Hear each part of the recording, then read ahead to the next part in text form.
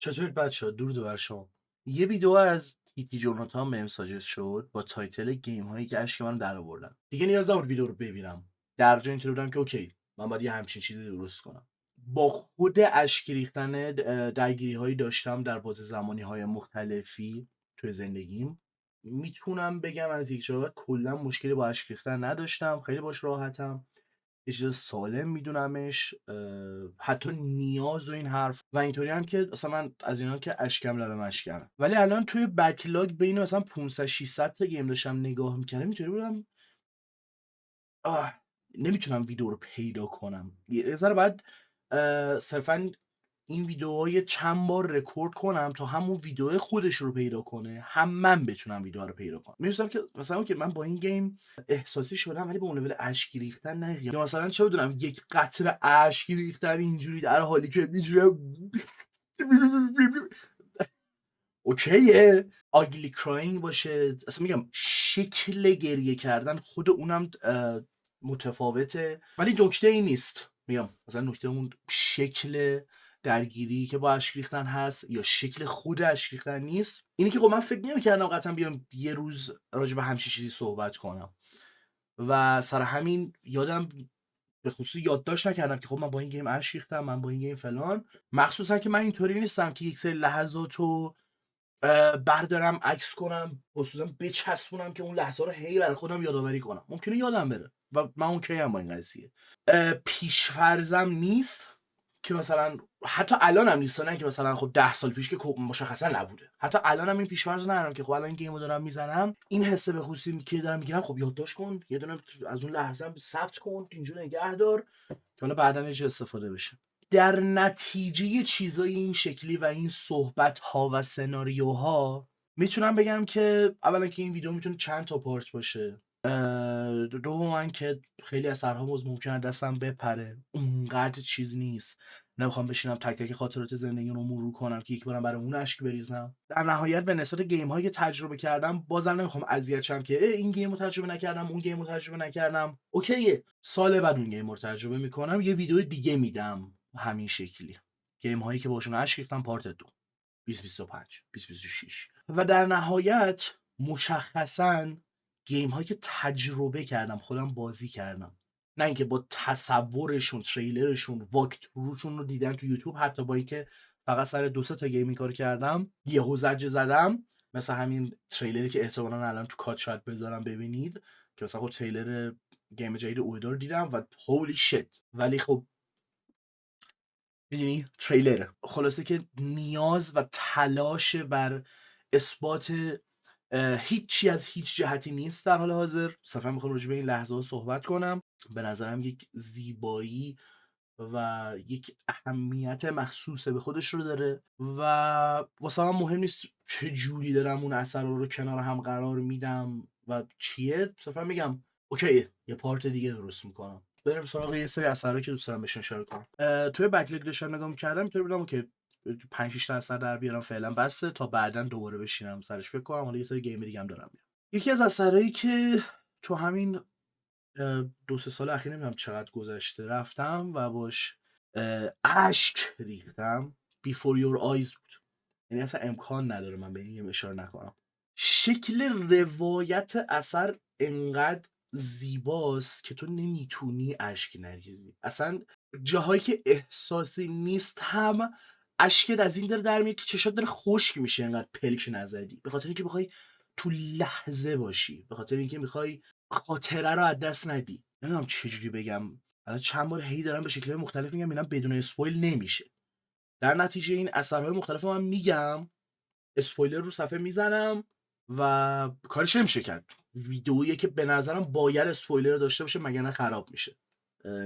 قرار نیست من معرفی کنم، قرار اون لحظه ها رو بگم که باشه اشک ریختم دیگه. در نتیجه رو صفحه پایین صفحه میزنم که آقا اسپویلر از این تایم تا این تایم برای این اثر. اون شکلی که تو داری زور میزنی چشاتو باز نگه داری تو لحظه بمونی، تمام اون کارهایی که گیم با این مکانیک میکنه و هر چی داستان میره جلوتر هی ناراحت کننده تر میشه، هی ناراحت چون تو کرکترت هم هی داره مریض‌تر میشه، اصلا میدونی مردی و این داری این خاطراتو باز رد میکنی بر خودت. از همون اول چون میدونی مردی، آره مرگ یک چیزیه که اجتناب ناپذیره ها، ولی وقتی با وجود اون حقیقته داری یک سری خاطره ها رو دوباره مرور میکنی، حتی تلاش کریگر و بحثش با مامانش که مثلا چه بدونم پیانو چه نوتیو بزنه، چطوری بزنه، چقدر زور میزنه، نمیتونه اصلا پیانو رو عملا نمیتونی با چشمات پیانو رو ترک کنی، اصلا دیوونه کننده است. این یه اشکی رو از من گرفت که تعریفش خب واقعا سخته. چجوری تعریف کنم؟ یک سری احساسهایی هستش که مثل عشق دیگه. آقا تو اگر بخوای عشق رو تعریف کنی، من اینو دوست دارم اینو دوست دارم، مثلا این عشق نیست، مثلا نباید بتونی تعریفش کنی به نظرم. ولی خب Before Your Eyes از اون شکل عشقهای تعریف نشدنی از من گرفت و خیلی اثر عزیزیه که اگه به هر دلیلی دارید الان نگاه میکنید و اینطور که اسپویل واسم مهم نیست، برید تجربه کنید. میگم شکل درگیری های مختلفی با اشک ریختن داشتم. من یک سری جایی اینطوری بودم که خیلی سخت من اشک میریزم، نه اینکه سنگ دل بودم، نه اینکه نمیخواستم اشک بریزم، صرفا اینطوری بودم اثری رو پیدا نمیکنم که اون شکلی از من با اون شدت از واکنش بگیره. ولی بیفور یور آیز تونست. نمیتونم بهش فکر نکنم. ولی آره بیفور یور آیز یکی از اثریه که خیلی وقتش گریه کردم و ارزش، چجوری میتونم بگم، امیدوارم سازنده اصلا متوجه بشه چه تأثیری داره میذاره و میبینی چه حسایی رو پرووک میکنه این حرفا. یا بخوری، من گلومم کامل خوب نشده. یکی دیگه از چیزایی که من بابتش اشیختم و خودم عجیب بود اون شکلی که اصلا درگیر اون اثر شدم، آرمورد کور 6 بود.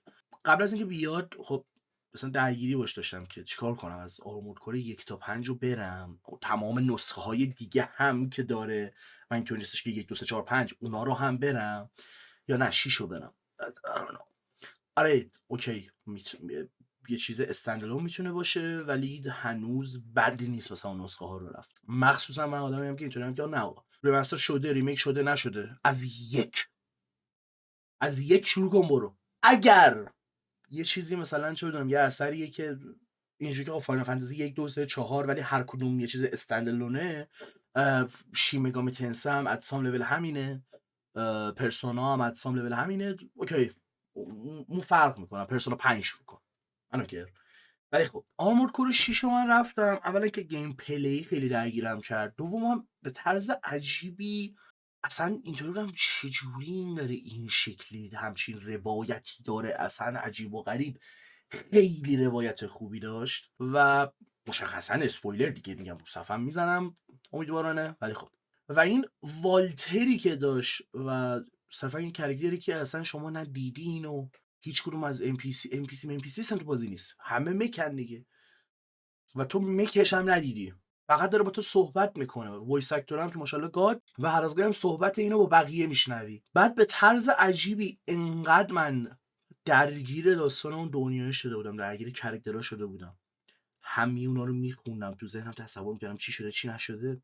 این اصلا نیازی به این نبود که چه بدونم بازی رو حتی 3 بار تموم کنی و بری ویدیو واتی ببینی و اون باسی که شما از والتر میگیرید و بعد میگه look at you found a friend، اصلا اون شکل باس فایتی که انگار نه اون میخواد تو رو بزنه نه تو میخوای اونو بزنی و از اون طرف صدای تو سرت هم اینجوری که آقا نکن نزنید همو، ولی نمیشه، انگار یک چیز اجتناب ناپذیریه. بعد میگه look at you 621 you found a friend. نمیدونم چطوری تعریفش کنم ولی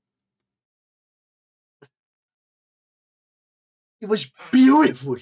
یکی از بهترین، یعنی جزو بهترین کرکترهاییه که فرام سافر در آورده و حتی چقدر اعصاب خورد کن بود که مثلا میدیدی انقدر واکنش منفی گرفت آرمورد کور 6 به خاطر چی؟ به خاطر الدن رینگ، چون الدن رینگ رو داده فرام سافر من اون موقع مثلا خیلی جدی نشستم تمام ریویویی که از آرمورد کور 6 تو یوتیوب بود و نشستم دیدم، استریم کردم فکر کنم همه رو، که ببینیم آقا مشکل ملت چیه. و راحت بهتون بگم فقط 3 تا یوتیوبر فهمیده بودن قضیه چیه، فقط 3-4 تا یوتیوبر تموم کرده بودن بازیو، حتی کسی تموم نکرده بود، فقط غر میزدن. نصف قرشون این بود من لرنینگ میخواستم، این لرنینگ نیست.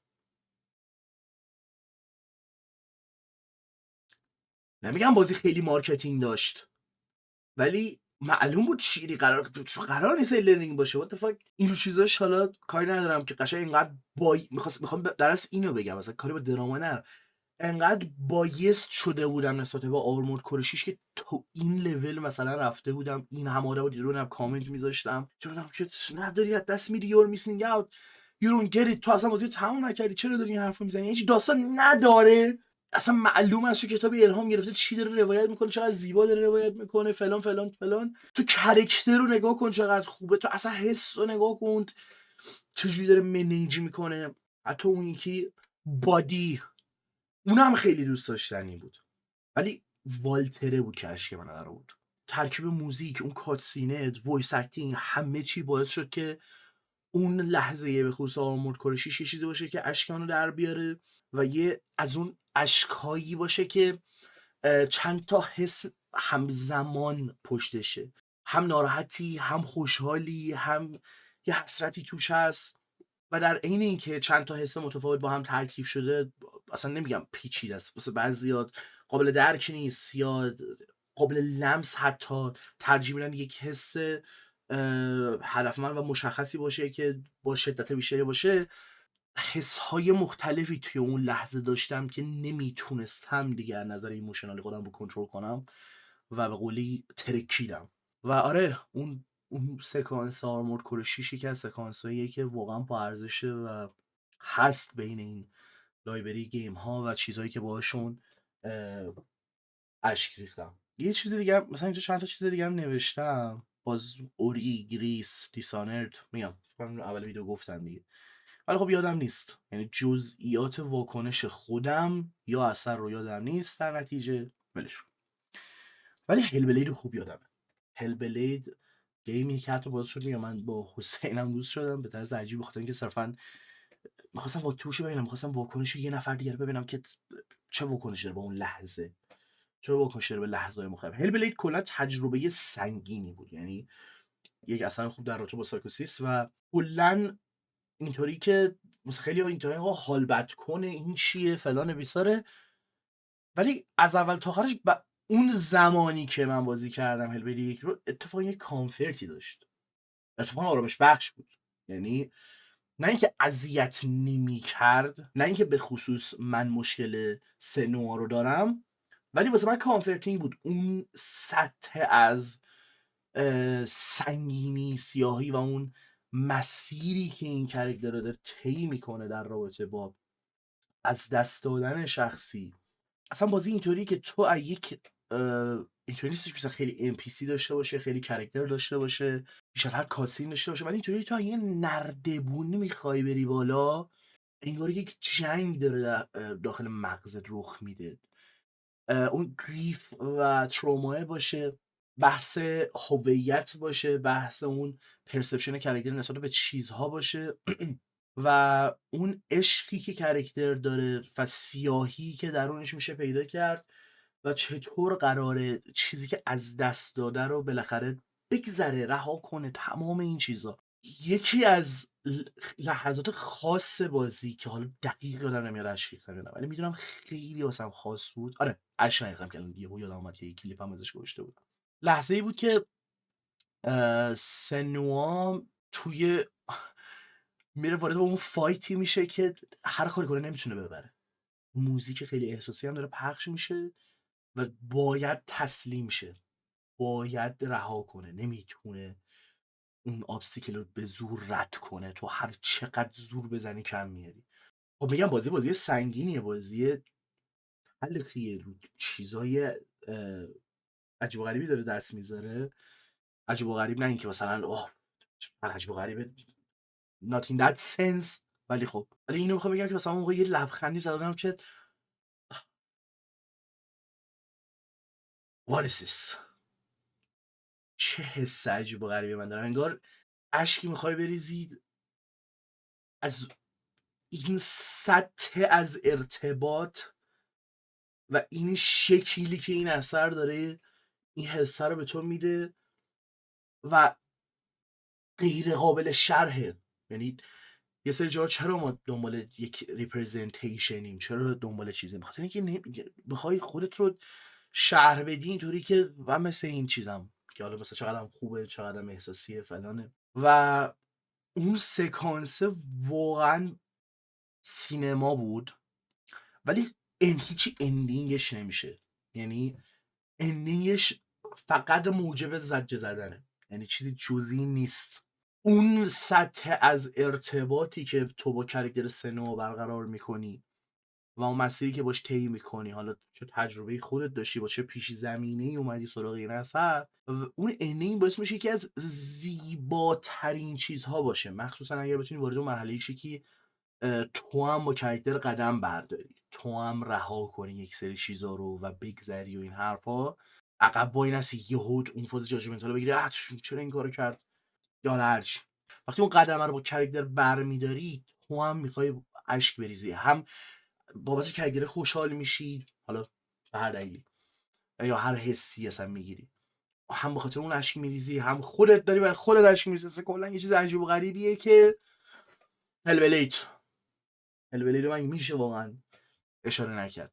و یه اثر دیگه هم میخوام بگم بعد از اون میشه 3 تا اثر سونی که یه ذره مثلا اینا رو نوشته بودم مثلا بامزه شون چرا که ای سونی فن بدبخت.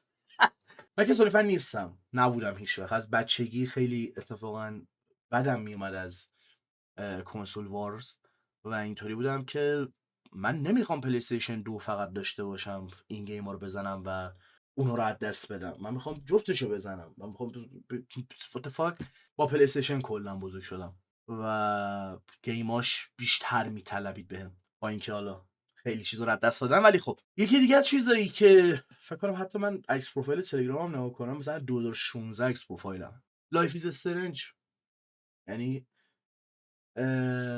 واقعا هم زندگی استرنج.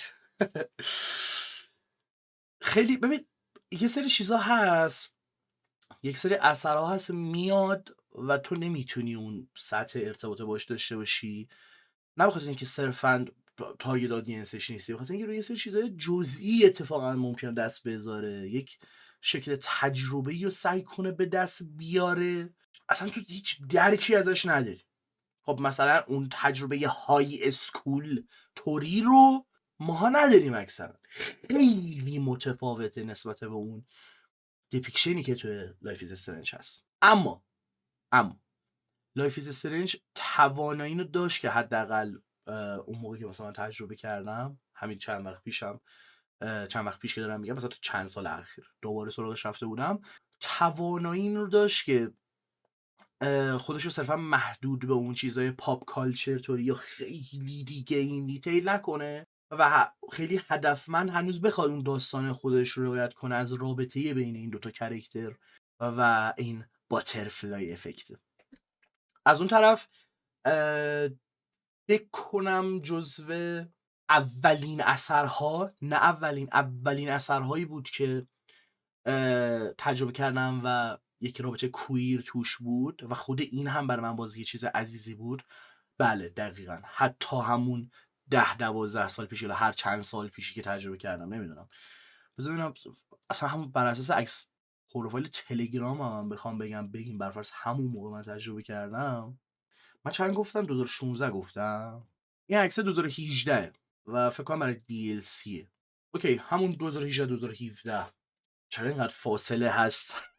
حس می‌کنم یه ذره باید عقب‌تر باشه، یعنی من تو ذهنم 2016 اینا یادم میاد 2016 2017، ولی خب 2018 یه چیز عجیب و غریبی داشته، نمیدونم چجوری بگم، اون باترفلای افکت کلا کاری میکنه قضیه رو. یعنی تا حدی که مثلا یکی از سکانس هایی که من یادم من اون موقع نابود کرده بود، جایی که شما باید جلوی پریدن یک کرکتری رو از بالای ساختمون بگیری و به نسبت اینکه چه دیالوگی رو انتخاب میکنی میپره واقعا. من نمیتونستم تحمل کنم، نمیتونستم یه چیزا رو به خودم بدم یه نفر زندگی شاید دست بده به خاطر حرفایی که من انتخاب کردم دیگه.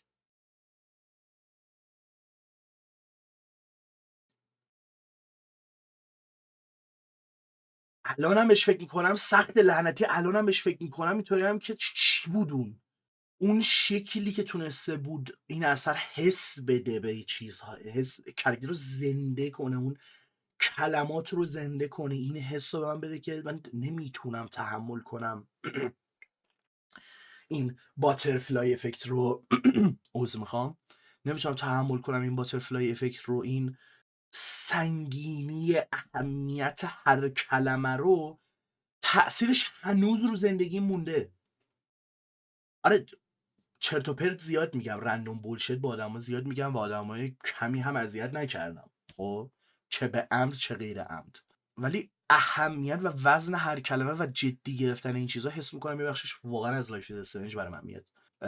ممکنه اثرهای دیگه هم بوده باشه ها، الان ممکنه فایس مموری بزنم این چیزا که میگم حتما به عنوان یک حقیقت محض نیست، 100 مطمئن نیستم، ولی خب یکی از لحظاتی که منو خیلی داغون کرد تو لایف استرنج اون پریدنه بود که یادمه هی سیو اسکام توریم کردم، نمیدونم چیکار، میدونم یه جوری میتونستم یهو برگردونم عقب، هی برمیگردونم عقب، چه دیالوگی انتخاب کنم، چی بگم، و تمام تلاشم هم میکردم اوکی اگه انگلیسی نمیفهمم گوگل ترنسلیت فلان بیسار کارو در بیارم.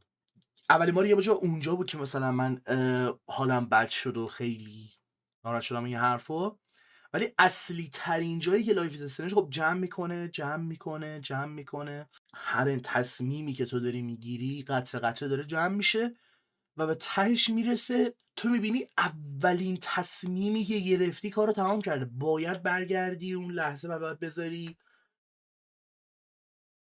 تنم مرمور شد اصلا، باید این مسیری که طی کردی و ول کن، تمام این چیزا اولین چیزی که تو تغییر دادی باید برگردی باید بذاری اون اتفاق بیفته، باید اصلا زور نمیزنم چیز کنم زور نمیزنم مثلا ویدیو رو بهش ترحم بدم، نمیدونم حالا هر حسی عمدن احساسی کنمش اینطوری نشون بدم که من غم‌انگیز تراژدی ببین، ولی الان مثلا خب من فقط اسم اثرها رو نوشتم دارم دوباره بهشون فکر میکنم اینجوری هم که چه تأثیری رو گذاشته، یعنی خودم هم همین الان دارم تنم مرمور میشه، یه همین الان خودم سورپرایز میشم که واو که چطور من اشک ریختم مثلا با جایی که کرکتر نشست و اشک ریخت و باید اجازه میداد که اون گلوله شلیک بشه و un fucking believable، یعنی الانم یه سری نمیدونم ذهن باید اینجوری کار کنه دیگه، الان انگار فلش بک داره میزنه ذهنم اینجوری که سری خاطرات داره از لایف استرنج یادم میاد، یه سری میشناشو داره یادم میاد، یه جا میری بغل بندر توری یه سری عکس اونجا پیدا میکنی اون مرحله قطاره God damn it man، باید لایف استرنج دوباره تجربه کنم، ولی خب بریم سراغ این دو تا اثر سونیکی که میخوام بگم و این ویدیو رو ببندیم بریم. لاستافاز 1 لاستافاز 2 اون اتفاقی که میفته و همه میدونن، من بابتش اشکی نریختم، صرفا خیلی شوک بودم، خیلی عصبی بودم، 5 stages of grief بودم بیسیکلی دیگه، و الانم لاستافاز 2 اینطوری هم تو ذهن من وجود نداره، خیلی مشکل های روایتی نسبت بهش هست و اصلا کاری ندارم، بحث لاستافاز 2 نمیخوام بکنم و از مخاطبم الان میخوام این اجازه رو به خودش و به من بده که توی این ویدیو الان بحث لاستافاز 2 نکن، بیایید خیلی عزیز خیلی شیرین احساساتی که یک گیم برای شما نمیدونم کلمه درستی میشه اریان کرده اونا رو بیایید به اشتراک بذارید. ولی لاستافاز 1 حتی نیاز نبود بازی اونقدر جلو بره، بعضی بازی‌ها نمیدونم چطور همچین توانایی رو دارن، ولی از لحظه اولی که بازی شروع میشه حس زنده بودن میده، حس تو خودت داری زندگی میکنی. و رابطه بین جوئل و سارا با اینکه شما خیلی وقت نمیگذرونید با سارا، ولی اون لحظه اون اتفاق با موزیک گوستاوو و به طرز احمقانه‌ای من بچه‌ای که تو همون سال 2013 2014 هم رفتم لاستافاز اتفاقا اونقدر حتی زیرنویس متوجه نمی‌شدم، ولی اون ارتباطی که تونستم بگیرم چه با سارا چه با جوئل باور نکردنی بود. اصلا نمیتونستم اشک نریزم اون لحظه. و وقتی اون اتفاق توی لستافاز 1 افتاد، لستافاز 1 بخشی از هویت من شد حتی تا مدت بسیاری. لستافاز 1 اون سکانس از اون لحظه‌ای بود که بابتش اشک ریختم و خیلی هم لحظه احساسیه، کارش نمیشه کرد. آره لستافاز. آنچارتد هم من بچه بودم دوست داشتم، همه نسخه‌اشو دوست داشتم، 1 باشه 2 باشه 3 باشه. کلا مسیری که با نیتن طی میشد باحال بود. یعنی حتی خیلی احمقانه است، ولی اینکه الان نیتن قراره عاشق کی بشه، مخ کی رو بزنم باوزه بود. نیتن که ولی آنچارتد 4 بزرگترین نقطه قوتی که بر من داشت اون موقع، مخصوصا اون موقع من یادم این بحثا بود که فیزیک سنگ و گرافیک و نگاه تاثیرگذار بود. اینطور نیستش که تاثیرگذار نبود، ولی آنچارتد 4 وحشتناکتر سینماتیک بود نسبت به استونس اول و وحشتناکتر کاراکترها حس زنده بودن بیشتری میدادن.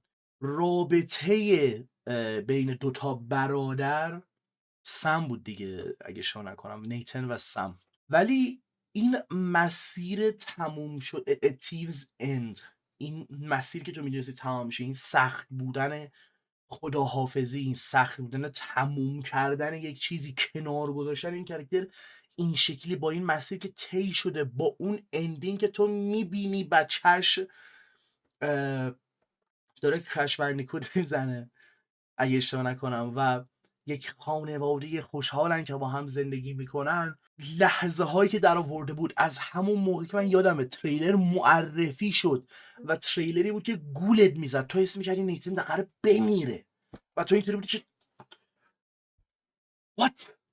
و میگم از گول زدن تریلر تا مسیری که طی میشه، ارتباط بین این دوتا برادر، اون زندگی که نیتن با زنش داره، بچه دار شدنش، همه اینا باعث شد که وقتی من آنچارتد 4 رو تموم کردم یک اثری بدونمش که اوکی من خوشحالم هم چیزی رو تمام کردم، خوشحالم هم چیزی رو تمام کردم. این مسیریه که بشه بابتش اشک ریخت با هر حسی. خوشحال بود از این مسیری که طی شده، غم داشت از اینکه این مسیر تموم شد دیگه، آنچارتدی نیست، هر چیزی. و آره آنچارتد هم یکی از آن اثرایی بود که توی اندینگش بابتش اشک ریختم و یه سری لحظات دیگه هم بود، ولی اون لحظات هر چی سعی می‌کردم فکر کنم یه سری جاها مطمئن نبودم، اینطوری بودم که not sure، برای همین صرفاً به اندینگش متکی میشم.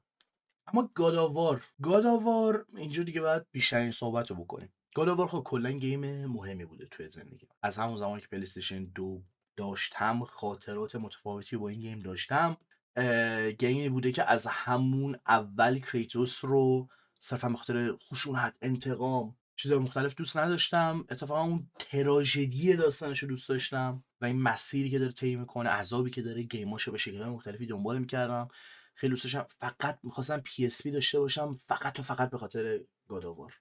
نتونستم. مثلا تو یوتیوب فکر کنم ویدیو دیدم از نسخه‌های مختلفی که روی دستگاه‌های مختلف بود و گاداوار وقتی 2016 که معرفی شد، من یادمه 2016 یه تایمی هم بود که کسی مشکل داشتم، ولی خب وقتی من مراسم ایتری رو دیدم و کریتوس اومد جلوی دوربین، اصلا جلوی خودم رو نگرفتم که FBI خواب نیست هر چیه.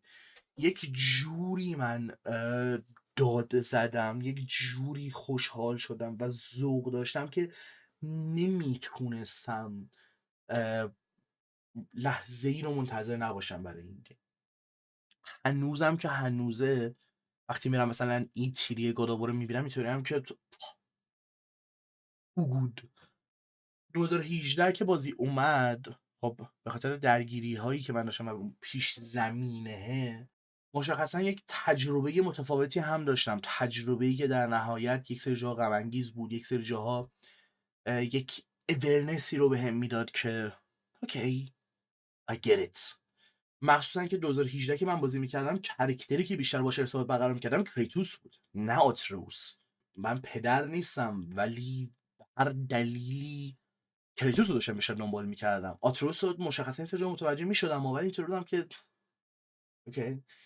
اول یه جور گفتم به نظرم اون حرفی که میخوام نمیرسونه، ولی لحظه هایی که توی گاد آف وار رگناروک اشک ریختم، حقیقت این قضیه صرفا اینه که تو رگناروک بیشتر اشک ریختم. ولی اصلا کاری با این ندارم که این بهتره اون بهتره، این اصلا کاری ندارم کجا اشک ریختی کجا اشک نریختی، تموم شد. اما ولی توی گاد آف وار 2018 کلا نمیخوام بگم تجربه‌ای بود که I was on the verge، میدونی، یعنی قشنگ اون لب مرز گریه کردن بودم هر لحظه. اون مسیری که طی شد، اون رابطه، این که چرا اینطوری باش برخورد میکنه، چطور داره سعی میکنه ارتباط برقرار کنه، کجا سعی میکنه نزدیک زنش بره و مثلا آتروس اونجا با اون همه الف درگیر شده و برمیگرده و اینطوری که I'm sorry boy.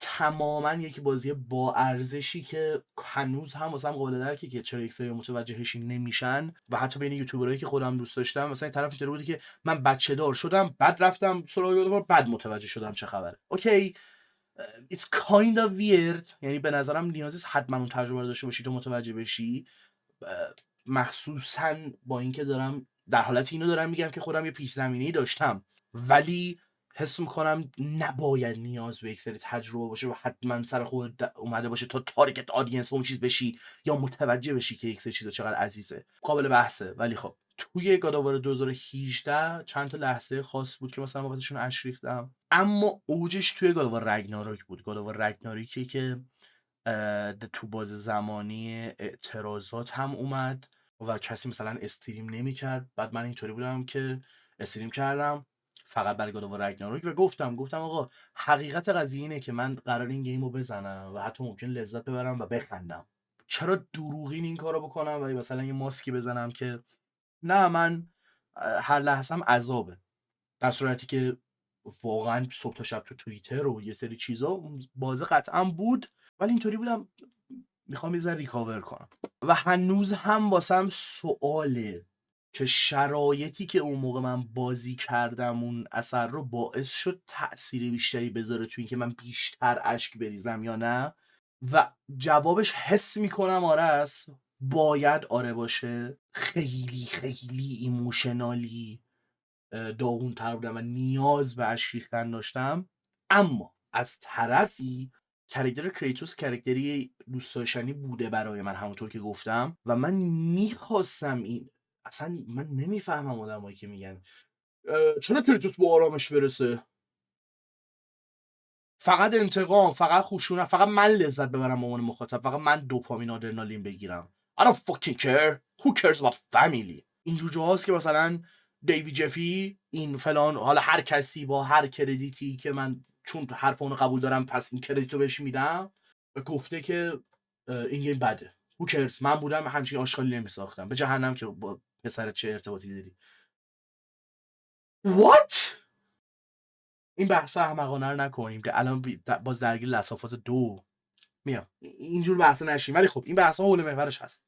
گاد آف وار رگناروک قطعاً خطا زیاد توش داره، ولی یک چیزی که به نظرم در اومد حسشو عمیقاً درست در آورده بودن، اون ردمشن آرک کاراکتر کریتوس بود و این بازی که با من میکرد باعث میشد من هر بار که این کارو میکرد اشک میریختم. تو از اول حس میکنی کریتوس قراره بمیره و من اینو نمیخواستم. من میخوام کریتوس بالاخره خوشحال شه، بالاخره راحت شه، زندگیشو بکنه. چون این کاراکتر رو دوست دارم میخوام یه آرامشی داشته باشه، you know what I'm saying؟ یک درک بهتری از چیزا داشته باشه، با پسرش ارتباط بهتری داشته باشه و گاد آف وار اینطوری بود که تو رگناروک مشخصا الان صحبتمون رگناروک اینطوری بود، هی میخوام پورتال رد شن، کریتوس میشست یه چرت و پرتی میگفت و تو هی میگفتی این صحبت آخرشونه، هی میگفتی این صحبت آخرشونه، دیگه قرار نیست اینجا باید ادامه پیدا کنه.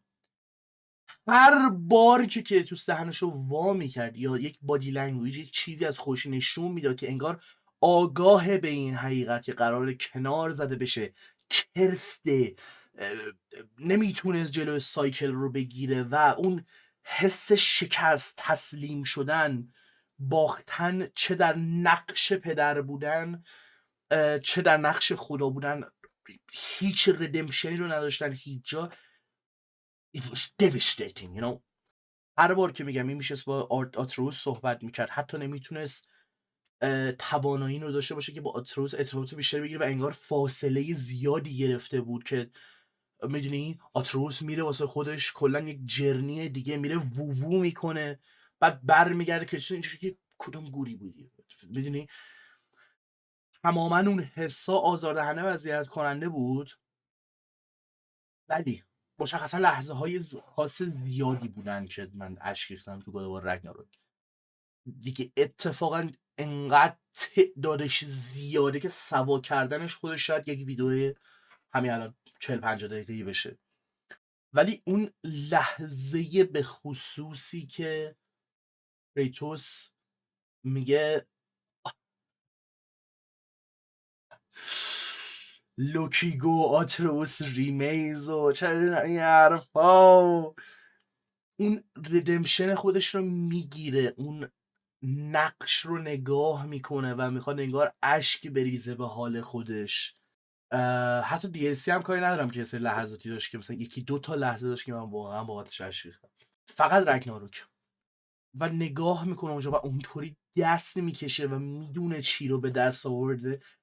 اون ردمشن، اون چیز واقعا it was beautiful, you know, it was beautiful. خیلی حس زیبایی داشت.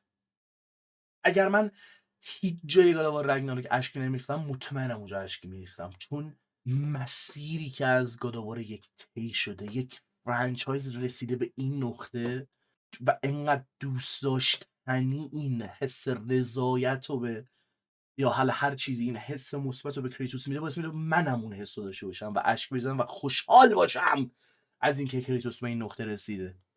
و that's it. یک اثر دیگه ای هم بعد میخواستم چیز کنم، میخواستم رد 2 هم بگم، بمونه واسه ویدیو بعدی. اگر ویدیو بعدی بود تو این حالت، چون باید بازی سری اثر دیگه پیدا کنم که بخوام راجبشون صحبت کنم. میدونم راجب یه سری اثر رو بیشتر صحبت کردم، کمتر صحبت کردم، ولی گفتم اول ویدیو باید این اجازه رو بدم که ویدیو خودش رو پیدا کنه، منم ویدیو رو پیدا کنم، ببینم راجب فلان اثرها چطور میخوام صحبت کنم، بیشتر صحبت کنم، کمتر صحبت کنم، چقدر بیشتر جزئیات بدم. و الان برم اون ویدیوی جوناتان رو ببینم اون چطوری صحبت کرده راجع به اثری که تجربه کرده، در صورتی که اسپویل نشم و اون اثر رو تجربه کرده باشم، ببینم اون چطوری صحبت کرده، بقیه چطوری صحبت میکنن راجع به اون لحظه هایی که اشک میزنن این حرفا، و ویدیوها رو پیدا کنم، اون مسیر رو پیدا کنم که چطوری اون صحبت رو بکنم تا اینکه یوتیوبری بشه، ببینم به چه چیزایی میتونم بیشتر اشاره کنم، به چه چیزایی کمتر، چه چیزایی مهمتر یا حتی میشه بهشون توجه کرد. ولی آره، با اینکه ویدیوی اینطوری نیستش که ها بامزه است، ولی به نظرم از یه سه جهات بازم هست و بامزه است اینا، ولی امیدوارم از ویدیو لذت برده باشید. fucking سادیسمز دارک سولز پلیرها ممکنه این لذت رو برده باشن از ویدیو. و اینکه همین چیز دیگه ای نمیمونه. دمتون گرم. خوشحال میشم که شما هم از این لحظات خاص و با ارزش که به هیچ وجه نشون دهنده ضعیف بودن شما و این چیزا نیست، بنویسید و به اشتراک بذارید هر جا که دوست داشتید و من میخونم همشون رو و به شدت بدون ذره اغراق برای من با ارزش خواهند بود و با عشق میخونمشون و لذت میبرم از اینکه اشک ریختید. همین چیز دیگه نمونه. دمتون گرم و شب روزگار خوش.